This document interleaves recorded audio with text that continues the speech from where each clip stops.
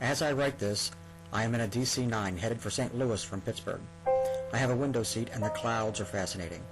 The last time I flew, it was a much clearer day. This is only my third flight. Before, the clouds were sparse and distant. I could see the ground and judge our height. This time, however, the clouds are constant. It's a foamy white sheet not 50 feet below us, with only occasional gaps and pockets. And there seem to be shimmery rivers of stratus mingled across the cottony bluish-white Terra non gratis, which floats under us, over terra firma. There are wells and fissures where whole plates of cumulus have seized together, would-be fault lines and sinkholes where the clouds as solid as they appear, and not merely nebulous ghosts of vapor. In fact, they seem so tactile that I can imagine myself dropping from this jet and landing with a snowy chink, were I lucky enough not to land near one of the gaps. Actually, it looks like I would imagine a polar cap looks to a low-flying gull.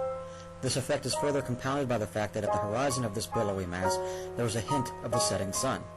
Above the orange and yellow paint-streaked ribbon of light there are Payne's-gray wisps of stratus vapor, then a band of white, then an increasingly darkening field of royal blue, lightest near the horizon and fading into cobalt, and finally navy directly overhead. We seem barely to be moving. Occasionally we dip to the left, and there is then a slight sensation of forward momentum. But then we level off and seem to hover. Also during those occasional southward pitches, I can see the red-orange streak of the sunset pass slowly to the opposite side. Then it returns to the middle of my field of vision once our center is stabilized. It's growing darker, although we are following the sun. I wouldn't presume to suggest we are chasing the sun. The once bluish-white cloud cover is now blue-gray. We are passing a fissure directly over a town just now. I can see a glow and a misty radiance streaking up through the hazy vapor mat below us.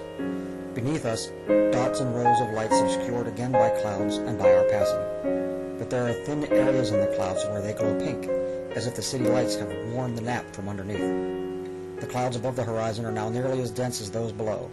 The navy is encroaching on the cobalt, which itself encroaches on the royal blue.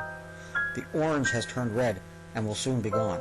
I can no longer see the clouds below me, and the dark gray clouds that only seconds ago were yet at the horizon are now passing wisps just outside my window. The light at the horizon is gone. Only a thin powder blue remains, marking a new horizon above the old. There is another city below us now, and another brick in the clouds. From here the lights seem so bright, I think it must be more of nighttime on the ground than it is here in the air. I don't know if it means we've gotten higher or lower, but the red line at the horizon has returned. I now think we must be getting lower. There are more city lights, and the clouds below us are completely gone. Now it is the specks of light which rim the streets that seem to indicate fissures below us, like rigid menorahs lined up at odds to each other in clumps across a massive tablecloth. I see the featureless dark earth, and we are arrived. Delivered.